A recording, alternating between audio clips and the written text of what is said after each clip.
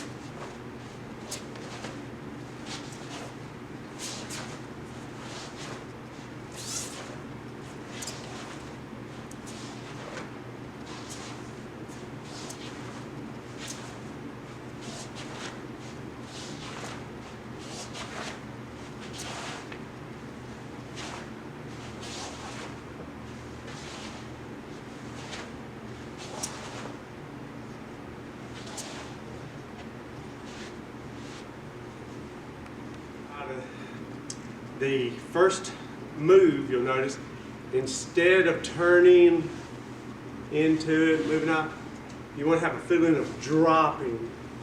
It's a double block. The hammer fist block is we throw it up and then down, keeping your body straight forward. Okay, side facing cat stance, Hanmi Neko Ashidachi. Okay, then we fall right back into basic kata. After the third move, there's an extra move here. Another hammer fist block done from Shizentai, natural leg. So as we pull back, we don't step back, you want to have a feeling of coming up. You let the right foot come back, it will remain in front, but it's very natural. You'll do the hammer fist block again, then right back into basic kata. After the third high block, we'll do a big turn, but it's not as big. We'll end up 45 degrees to the rear. After the punch, we go to the other 45-degree angle to the rear. And then right back, just like in basic kata, straight to the rear. The biggest difference in this kata is the finish. From the third punch, now it won't be done exactly like this, but here's the breakdown. You'll do the big turn, hands don't change at all. You actually end up in a front-facing cat stance. You open the hands, thumb cocked on the right hand, thumb tucked for a spear hand on the left hand. You stack them back to back. On the next move, you reach out and twist. Okay?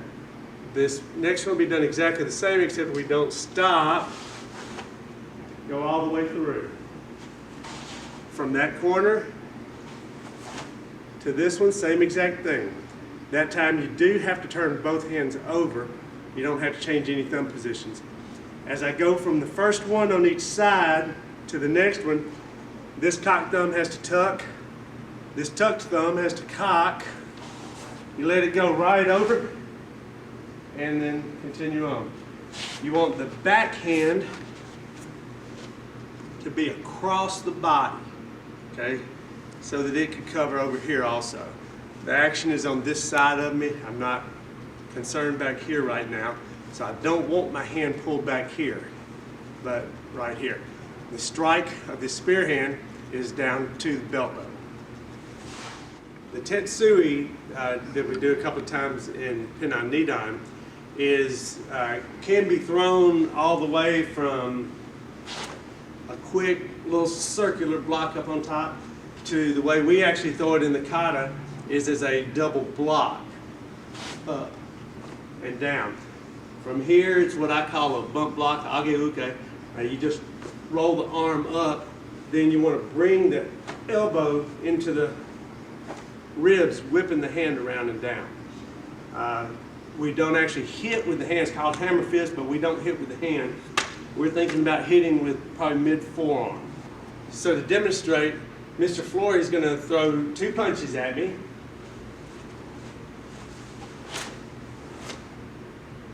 Okay, so that would be our full-size block as opposed to a little whipping around.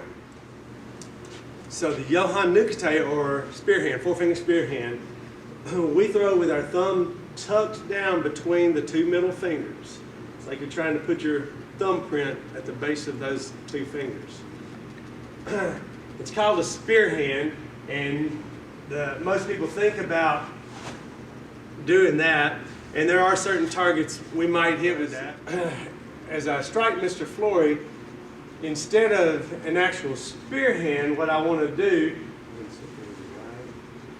I want to step in, not straight this way, but I'm going to put my foot back here, okay? Notice I'm using this arm for this, or to block it there. As I twist my body, I want to use that motion instead of just straight in, but put a little bit more emphasis on the roll over, throwing him over my leg.